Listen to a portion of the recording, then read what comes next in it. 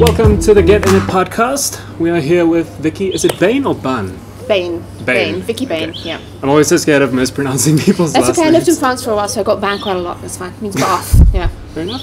So Vicki is the owner and founder of Chocoloza, Yes. which they are basically our next door neighbors here at 44 Stanley. Absolutely, yeah.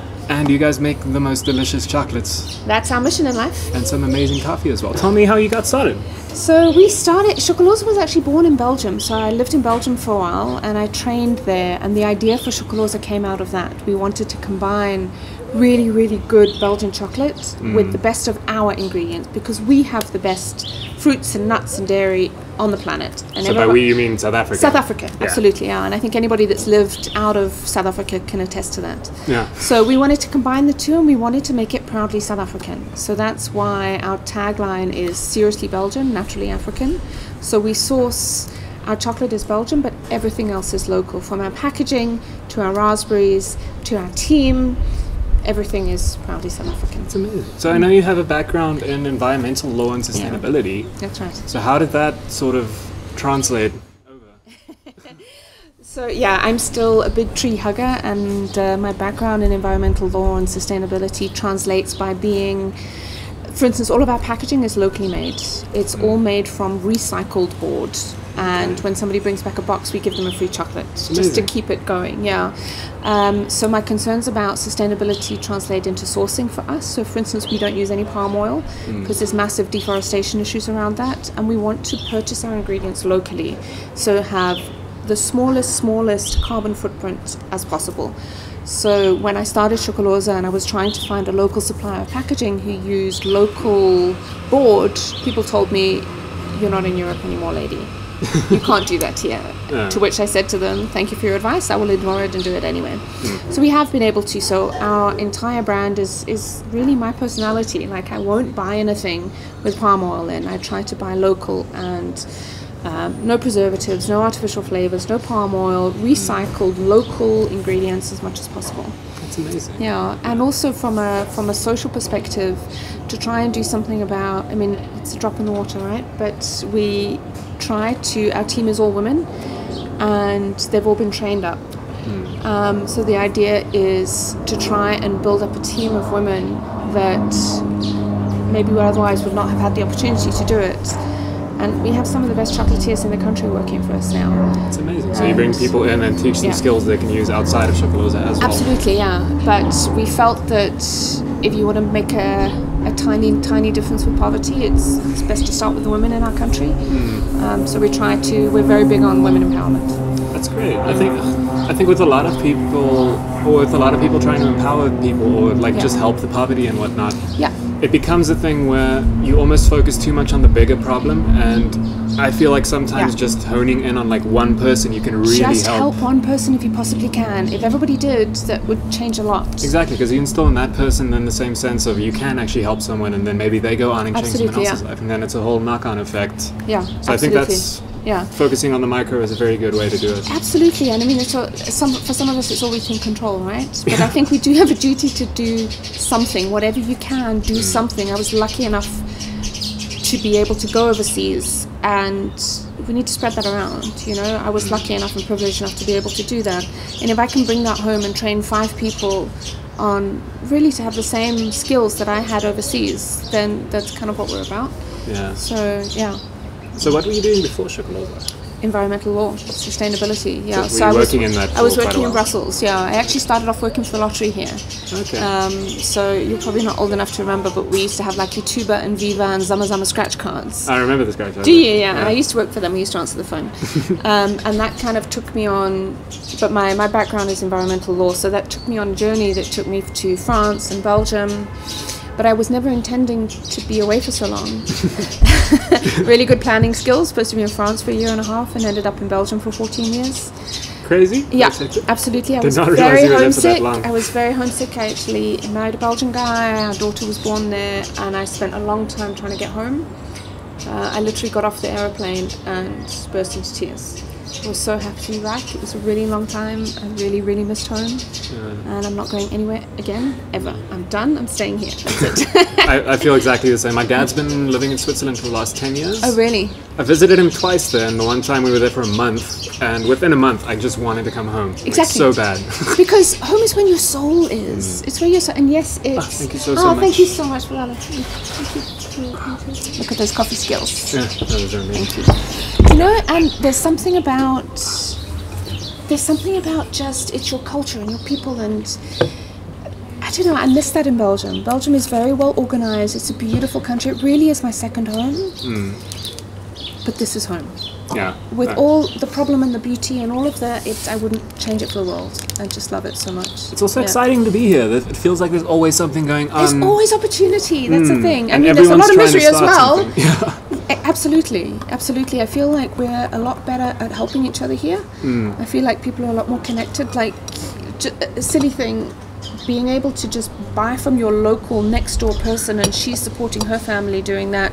And people here consciously do that. And I think that's something that we can be very proud of as a community. You know, that people absolutely do that. Yeah. And I think 44 Stanley is such a cool little microcosm of that. Isn't it? Exactly. Thing. Exactly. And that was the thing that drew us to it when I was looking for a home for Chocoloza. We looked at Maboneng and we looked at 4th Avenue and Parkhurst, and I didn't even want to think about putting our beautiful brand in a mall because that's not who we are. But 44 Stanley is perfect. It's about community, it's about skill, artisanal products that are handmade locally here, and that's such a perfect fit. It's actually like creative environment. I feel like a lot of things just happen sort of from being here as well, which is very good. It's a very creative environment, and also a lot of the people around here that, like yourselves and all of the other been there, everybody else here is very passionate about our local products and local skills. So it's such a perfect fit. Absolutely. So another little thing that I've seen on your website, I think, is a little phrase, you build people and they build the business. Yes, that's true. I think that's incredible. It's very true. It's something that I feel big companies kind of lose focus on. They do. Yeah, they absolutely do. So can I tell you my proudest moment is when Loveness, who is one of the chocolatiers at the back, she used to be a domestic worker. She really is one of the most talented chocolatiers in the country. She's just naturally good at it. You know, sometimes you're good at things because you've worked hard. Yeah. She's naturally good at it because it's just a skill that she has, and we've brought that out together, but she's really, really good at it. And every now and then my favorite place is working in production, making chocolates with her. Not running the company, but just going back to the basics of sometimes I just want to make pretty chocolates. Yeah. And Loveness will, without a doubt, say to me sometimes, Vicki, you know we don't need you here. You can go and do something else. We actually don't need you here. And that's amazing to me. You know, that's incredible. She's got so much skill and so much talent, and she's so passionate about it. That's amazing. That actually she doesn't need me. I want to be there with her working, but she doesn't need me. It's a good thing and a bad thing, you know. Student has become master. Absolutely. Absolutely. So another little quirky thing about you guys that I absolutely love is all the phrases and slogans you put everywhere. And I'm quite curious, do you come up with them? I don't come up with them. I have a very unhealthy addiction to Pinterest. Okay. I have to admit, yes. So, and I get to say to my husband, he's like, are you on Pinterest again? I say, it's research, it's for work. So one of the things that in Belgium that I really missed is just the sense of humor and the warmth that we have here. You know, it's, for me, my experience in Belgium was that it was a lot more formal, and you certainly would never hug somebody you've just met. You know, it's a lot more formal. It's just different. I'm not saying it's better or worse. It's just different from what our culture is here.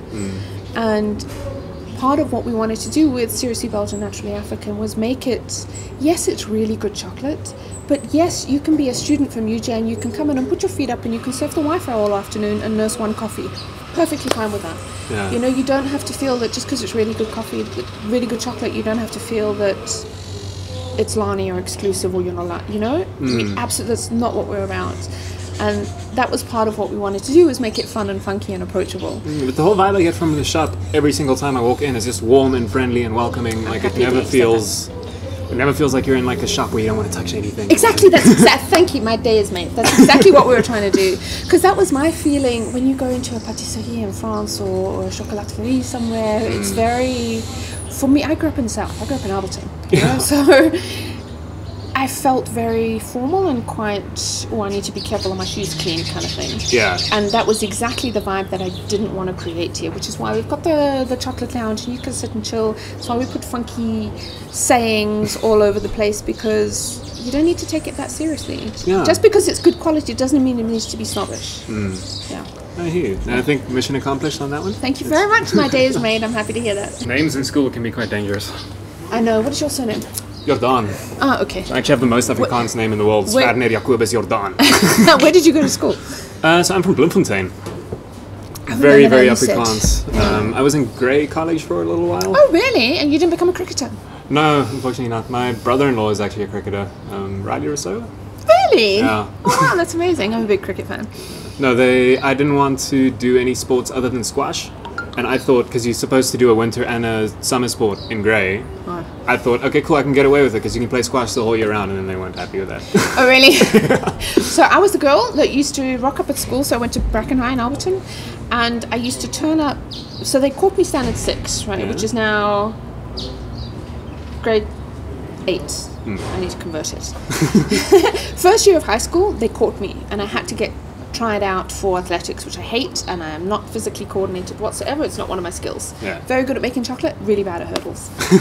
And the first year they caught me, because you have to try out on the first year, but year 2 to 5, I rocked up at school first day of the year with bandages strategically placed somewhere, because I wasn't going to get caught twice. Yeah. So I only had to do athletics in first year, which was great. That's lovely. There you go. Yeah. No, you got to come up with a clever plan, like make the world work around you. I used to hide out in the art class. So I used to bunk PE and go hide out in the art class, because I had an amazing art teacher, Mrs. Moret, and she changed my life. So if you look at Chocoloza, we've got sculptures that are done in chocolate and things like that. And chocolate is essentially art and science, which are my two big passions in life. I love science and I love art. Yeah. And the two come together in chocolate. You really need to understand the chemistry of it. But that's not enough. You also need to be artistic. And I was lucky enough that I had an art teacher who brought that out in me. So if there's one thing I feel like I'm naturally really good at, it's art. So once you sort of understand the science aspect of everything, you can just play with it in an artistic way. Yeah, you can play. And that's what Loveness does as well. She's also really good at it. You know, she doesn't have a science degree, but she doesn't need to, because she gets it. Yeah. You know, and it really is science and art come together. And I'm at my happiest when I'm in my workshop and I can just Loveness's workshop really now, or I can just play with it. Yeah. That's amazing. I can sort of liken it to I'm from a very musical background. So like with guitar, for example, you can go down this rabbit hole of gear, where it's just like technical little things, and you use different pots in this pedal to make it sound different than this thing, and then, or you get the one from the 60s because it used different metals as transistors than the ones you get now. Oh wow, I know nothing about this. It just goes so deep, but at the end of the day, it's more like a language. It's more like poetry when you're playing guitar and you're just sort of improvising something. You need to understand the soul of it, right? Exactly, but you can go either way. Like there's guitarists that are just in the technical aspect of it. All they care about is gear and manufacturing and making their guitar the craziest thing in the world. And then there's other people that just do not care about it at all. And still make beautiful music. At the end of the day, the music is all that really matters. So I think if you have both sides, that gives you quite an advantage. Art and science. Yeah, no, I can understand that, absolutely. Because like the chocolate, if you don't understand the science of tempering and why certain things require certain amounts of time and why it's different, like I have Excel formulas and graphs for all of our recipes. Like everything needs to be balanced, and your cocoa fats need to be in a certain proportion to your fruit fibers and things like that. It needs to all be. There's certain parameters you have to stay within, but you need to learn how to play with it as well. As soon as you know the rules, you can break them. Yeah. Well, you can apply creativity to them. Yeah. Yeah. Yeah. So how do you actually come up with new flavors? Or new ideas? So because our flavors are very much driven by what's fresh and what's available, and we will also generally go with what do our suppliers have. Is that a camera that's booping? Something's beeping. It's not me. Let me just check. Is it this? Sounds like your laptop. Or is it me? It is my laptop. Why is my laptop beeping at me? It's never done that before. Oh! What's going on? It's the bloody timer I set for the cameras. I'm just an idiot. Oh, that's right. Have some more coffee. Be fine. Sorry. Yeah, sorry, you're saying? What were we talking about? How you come up with the new flavors. How do we come up with the new recipes? Yeah, I want to quote Douglas Adams, who used to say when they said to him, how do you come up with new ideas? He said, from a guy that comes around every Tuesday in a van, which I thought was the best answer to that question ever. He was my favorite author. He's amazing, right? First time I read Hitchhiker's Guide it just blew my mind. I'm with you, absolutely. At least now I know somebody else that can get my geeky jokes. My favorite thing in the world is still the panic glasses. It is a mistake to think that you can solve all of the major world problems just with potatoes. I actually considered that for the chalkboards, but I thought it was a little bit too esoteric. Not everyone's going to get it. Anyway, but the people that do will appreciate it. All hail Douglas Adams. And Harry Potter, obviously. I was getting to Harry Potter. Harry Potter. What were we talking about? New recipes. Yeah. So really, it's the major constraint on what we produce is what's local, what's fresh, and what's locally sourced. So like we won't buy berries from a big conglomerate that keeps it in a freezer for 6 months so you know where it comes from. Yeah. So anything that is produced that way is out of bounds for us. So for instance, last week we had a new raspberry recipe. And we got our raspberries from Mama Lungi, who runs the Fieldberry farm out by Walkerville, the Deur side. Yeah. And really what's locally available, what's fresh, and what fits in with our sourcing. So for instance, we'll rather buy coffee from Bean there because they have a very good ethics to their company, and that kind of drives it. So we'll never have a pistachio recipe because it's imported from Turkey and Iran or whatever. Our most recent ones, we made a vegan pecan and macadamia bar because we got some requests for vegan, and Loveness came up with an amazing pecan and macadamia recipe and the nuts are from KZN. Okay. You know, our granadilla one is probably our most popular, and that comes from the Ganoco farm out in Muldersdrift. And their fruit is just incredible, and that, I suppose, is the first drive of how do we get new ideas. And the second thing is just the creativity side of it. You know, there's certain things that go well together, but you need to be able to taste that. I have quite a good palate, so does Loveness, so does Pabalo, she's now developing it. And it's something that you're born with. I suppose like musical talent, of which I have zero. But if you have quite a good palate, you can train it. And then you can pick up what goes really well together. If you don't have a good palate, like no one's ever going to turn me into a musician. Choose your parents carefully, right?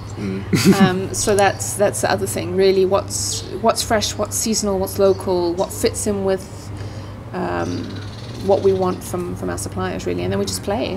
One of my favorites that we got is Java and lavender. So we have a local tea supplier, Nagiro, and she got hold of some fresh lavender. And it goes really well. We've got a milk chocolate from Java. It's a single origin Calabo. And the flavour just goes beautifully together. So, you know, we play around and we make stuff. It's amazing. Really. We're winging it, really. We're making it up as we go along, really. As with most things. The best things in life we wing. Absolutely, it's quite interesting that you say that you work around those limitations, because I've found that creativity comes out of limitation more than complete freedom. Like Jack White sort of had a very cool summary of it where he said his favorite number is 3, so he likes to limit himself to 3s in some way with everything he does. So he'll say, okay, I want to write this song about this thing, I'm only getting 3 chords, I can only use 3 chords in the whole song, and then out of that you actually come up with a more creative way. Oh, that's interesting. I see what you mean. Because with music especially, music and food are kind of, I know it's a cliche to compare the two, or people hate that in sort of journalism. But I think, like you said, it's something that you're born with. It's not. Yes. I don't necessarily believe in talent, but I think inclination and interest. Yes. Are where it comes from. Absolutely. If you don't care about something, you will never learn. No, I mean, I think that's true. I have zero music. My father's a musician, right? And I have zero musical ability, so he likes to say that I'm not really his child, and we laugh about it. It's fine. But there's definitely something. Certainly in chocolate, there's something that, and I think all chefs, they're born with a certain inclination, as you say, or a certain talent, but if you never use that and develop that, you'll never get anywhere with it. But I don't even see it, like, I lived a long time in Belgium, and if you wanted to eat fresh, locally, seasonally produced food, you were very limited. There wasn't much that's available. You've got apples and pears and oranges and kind of, but here in South Africa, we have mangoes and avos and lychees and nachis and seasonal, fresh, locally produced most of the year. We're absolutely spoiled for choice. No, we are. And I think as a chef, that's incredible. I don't even see it as a limitation. It's something that's just waiting to be experienced, you know. And I'd far rather play around with somebody who's gotten hold of some local ingredient than use something that's been frozen and sitting in a freezer for 6 months. No, for sure. You know, the possibilities are endless. We have such good fruits here and such good, you know, like all of our dairy stuff comes from Newbury and the quality is out of this world. I've never tasted anything like that when I lived in Europe. You know, we're really, really spoilt here. That's amazing. Yeah, and I also know you guys don't use any sort of preservatives or add sugar to make it last longer or anything. No, so our brand promise is 3 things. No artificial flavors, no preservatives, no palm oil. And sugar's a big part of that because sugar is a very, very easy preservative. The more sugar you put in something, the longer you can keep it. But then the more sugar you add in, the less you can actually taste. It masks the flavor, right? So if we get given coffee that's quite bitter, you tend to add sugar. Like whereas if you're having like a bean there, single origin Ethiopian, it doesn't need sugar because the flavor's amazing.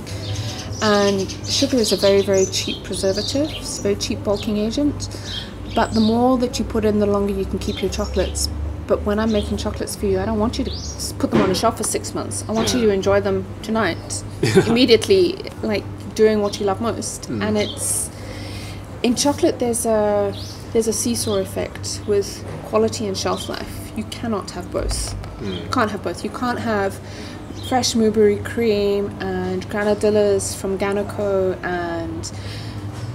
and keep it for 6 months. Yeah. Because the only way to do that is to add stabilizers and preservatives and loads of sugar, and it's not going to taste great. So you have this trade-off constantly between taste and quality, or shelf life rather, I should say, taste and shelf life. Yeah. And if you want a 12-month shelf life, you have to compromise on flavor. You can't get around that. Which is why we're kind of spoiled, really. You know, we get to make amazing chocolates. We get to use the kind of ingredients we want to. We make 0 compromises on ingredients, and they taste amazing for 2 to 3 weeks. And I'm okay with that. I mean, that's fine. I'm okay with that. If your chocolate's lasting you for more than 3 weeks, it's not good enough. Then there's a problem, right? Exactly. So, and people said to me when I started Chocoloza, people said to me, that's not possible. How can you possibly have a business model where your product doesn't last more than 2 to 3 weeks? And I said, thank you for your advice. I'm going to do it anyway. I like it. And we have plenty of people that will come to us and will buy, and they'll come back the following week and they'll bring their box because they know we refill boxes and we'll give you a free chocolate every time you refill.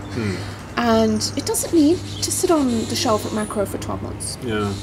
You know, it's okay. We make it to be had now. And if somebody's looking for something that they can take somewhere else in 6 months' time, we'll tell them, you know what, please buy it before you leave. Yeah. We're not going to push you for the sale now. Rather come back the day before you travel. That's amazing. You know, it's a compromise. It's actually not that difficult. The difficult thing is to stick to your principles and say, you know what, that's it. Our fresh buttercreams last for 2 weeks and that's it. Yeah. It's okay. So for the future, sort of in terms of growing, I know you guys would never really export or like sell it in different shops or anything, but would you sort of have, like, if you have staff that have been working with you for the last 5 years, would you perhaps let them sort of open a branch in Cape Town or something maybe? Absolutely, yeah, sure. I think right now we're just really glad that we've survived COVID. We're vertical and that's all that needs to happen for now. Yeah. I think for the future our main thing is staying true to the brand. So I would love to open in Cape Town. We really need to get an online store. And a really good friend offered to help us with that and I haven't done it and I feel bad about it. But again, within the constraints of the brand. So we're never going to put preservatives in, we're never going to put heaps of sugar. From a carbon footprint perspective, I'm not sure I would be comfortable with shipping air freight over to Belgium, you know, because from an environmental perspective, it's not really what I stand for. And I think there's plenty of growth possible in our local market. For sure. Absolutely. You know, I'd love to, Bronwyn, who's one of our salespeople who I'm not sure if you've met her. I believe I have. Yeah, you wouldn't forget her if you had her. She's very rememberable. She keeps on saying, I'm going to open a shop in Cape Town. I would love for her to do that. That would be great. But it has to be within the constraints of the brand. Yeah. So right now we sell here at 44 Stanley. This is our mothership. We sell through Jackson's in Bryanston, which is a really, really good fit for us and the brand. They're also very concerned about sustainability and community upliftment and just the quality of what goes into your food. We also have an outlet inside Checkers Hyper in Sandton City. The main thing that connects all of those is that it's Team Chocoloza that man it. So we don't sell it on and somebody else sells it. Because I think if you come in here, you should have an experience. You know, you should be having an experience. It's not about, you're not buying chocolates. Yeah. You're actually buying a whole experience, and that's what we're trying to do. So right now it's only Chocoloza people that sell Chocoloza. It's amazing. So, last but not least, I know you're a big Harry Potter fan. Massive Harry Potter fan. All of the best people are. All of the best people are. My year was made last year when somebody said to me, can you make a Harry Potter themed Easter egg? Ooh. And I'm like, whoever asked for that, please give them a crown, because that's amazing. And I went into the workshop with Loveness and spent the whole day, and we made some beautiful Harry Potter eggs. We made some Marauders map eggs, and awesome, just feeds my geekiness. Chocolate and Harry Potter, can you get better than that? So I'm sure you've done a house test. Yes, I have. Which are you? I'm a Ravenclaw. Oh, I'm a Hufflepuff. Are you a Hufflepuff? So I actually have a Hufflepuff mask. Okay. Because Hufflepuffs are awesome. Yeah. And they didn't have a Ravenclaw mask. And I thought, everybody wants really to be a Hufflepuff, so I have a Hufflepuff mask. But actually I'm a Ravenclaw. And my daughter, my 9-year-old daughter, she did a sorting test online. And she still hasn't recovered because she was sorted into Slytherin. No, I was always convinced I was going to be in Slytherin or something, and then Hufflepuff pops up. I'm like, cool, like it. How could you Hufflepuff? No, I could have told you were a Hufflepuff. It's one of my talents, sorting people into the Hogwarts houses. So I could have said you were a Hufflepuff. Let me give you a test then. You've met Maddie? Yes. How would you sort her? She's Ravenclaw. Ooh. Don't you think? She's Hufflepuff. She's a Hufflepuff. Is she really? According to the online sorting. But maybe you're more accurate. Was it the Pottermore one, or was it some kind of dopey BuzzFeed one? Probably the Pottermore one. Okay, we'll have to check that. Yeah, I would have said she was a Ravenclaw. But anyway, yeah. I want to gather her for my team, you know? Yeah. So the actual question I want to ask is, if there's one thing out of the Harry Potter universe you could bring into the real world, what would it be? Let's think. That's a great thing. I think... Oh, that's a really good question. Personally, I would always have wanted... And this is not trying to suck up because you're a chocolate shop, but the chocolate frog. The chocolate frog. So we make chocolate frogs, yeah. Oh yeah, I've seen that. You know what I would love? So I've just reread The Cursed Child, and when you see like what could go wrong when it goes wrong, and when racism prevails, and when division prevails, if I could have one thing out of the Harry Potter world in the full real world, it would be can we please just all get along and not fight with each other? You know? That's a beautiful answer. Yeah, no, really, it's quite close to my heart. You know, I think often we tend to... You know what's interesting? You're from Bloem, right? I'm from Joburg. Or if you take somebody from Cape Town, and they'll make... friends of mine in Cape Town make jokes about the Valis, you know? And we make jokes about the people from Cape Town. But if you take me and my friend from Cape Town, and you chuck us into Botswana, suddenly we're South Africans together. Yeah. You know? And then we'll... those people from Botswana are different from us, you know? But if you take the person from Botswana and me, and you chuck us into Brussels, suddenly we're Africans together. Yeah. And sadly, it's something about human nature that we tend to... This person's different from me. And if we could banish that, that would be amazing. That's a very cool perspective of it. It's true though, hey? It's all about perspective. It's all about perspective. Like, we're Africans together... But if you're in Cape Town and I'm from Joburg, suddenly we're divided? Why is that? Yeah. You know? I remember when I was about 12 maybe, and we were on a trip through Europe with my dad, and we were standing on the docks in Venice, me and my brother, and we just hear from behind us like... we were speaking Afrikaans, and all of a sudden we just hear from behind us like... And it was just two people from Cape Town, and we had like a 10-minute lekker chat with them, but it was just immediately, there was no weirdness, nothing. Yeah, absolutely. But if you'd been back here, and he'd been from Cape Town, you'd been from Bloem, would that have happened? Not at all. You see, and that's the problem with humanity, I think. Yeah. Vicki, thank you so much for coming on. It was such a pleasure. It was nice to chat to you. Very, thank very you. nice. I could talk for hours, so thank you for that.